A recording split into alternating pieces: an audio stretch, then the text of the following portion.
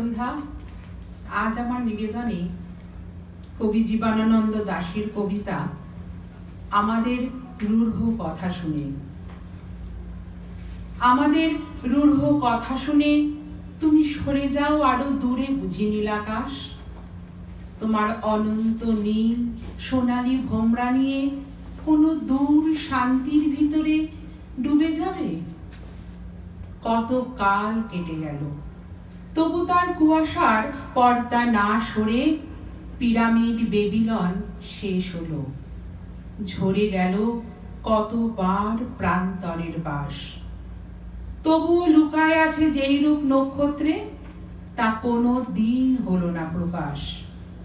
যেই স্বপ্ন যেই সত্য নিয়ে আজ আমরা চলিয়া যাই ঘরে, কোনো এক অন্ধকারে হয়তো তা আকাশের যাযাবর মরালের স্বরে নতুন স্পন্দন পায়। নতুন আগ্রহে গন্ধে ভরে ওঠে পৃথিবীর শ্বাস। তখন আমরা ওই নক্ষত্রের দিকে চাই, মনে হয় সব অস্পষ্টতা ধীরে ধীরে ঝরিতেছে।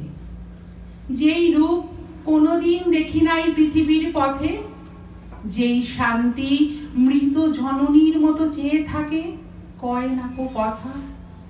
যেই স্বপ্ন বার বার নষ্ট হয় আমাদের এই সত্য রক্তের জগতে, আজ যাহা ক্লান্ত ক্ষীণ, আজ যাহা নগ্ন চূর্ণ, অন্ধ মৃতহীন, একদিন নক্ষত্রের দেশে তারা হয়ে রবে গোলাপের মতন রক্তিম।